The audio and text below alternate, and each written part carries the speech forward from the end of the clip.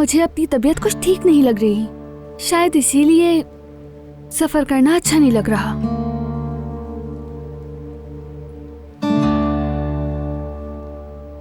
हाँ तो बिल्कुल ना जाओ। हामला औरत को सफर पे घसीट रहे हो पिकनिक के नाम पर। खामोशी से बैठे रहो घर में सब लोग। रमजान में सब साथ रहेंगे।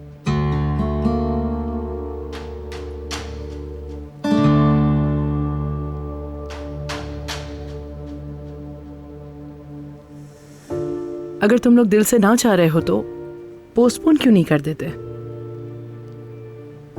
हाँ, ऐसा भी कर सकते हैं। वैसे भी मौसम ठंडा है, अगर तबीयत खराब हो गई तो मसला भी हो सकता है। अभी तो तुम दोनों बड़े पुरजोश थे, अचानक से क्या हो गया ये?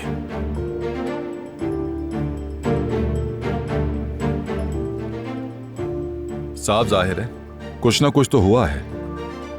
सबके चेहरों से खुशी गायब हो गई है और अजीब तरह की गोलमोल बातें कर रहे हैं।